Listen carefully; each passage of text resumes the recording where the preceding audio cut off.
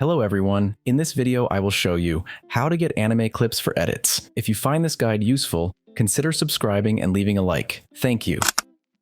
Well, the first method is to simply go to YouTube and search for the name of the character plus Twixtor clips.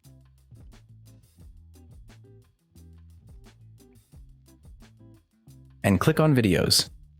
And here, we will have a great variety of clips that we can use in our edits. It works with any anime character you can think of, you just need to be imaginative.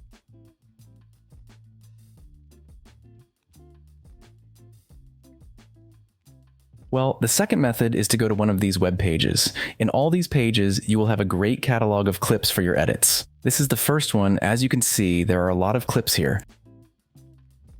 The same with the second page.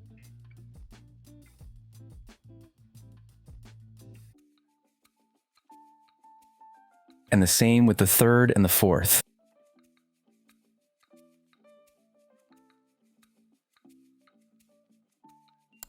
If you can't find a clip on one page, go to another page and look for it. If you found the video useful, consider subscribing and leaving a like. Thanks for watching.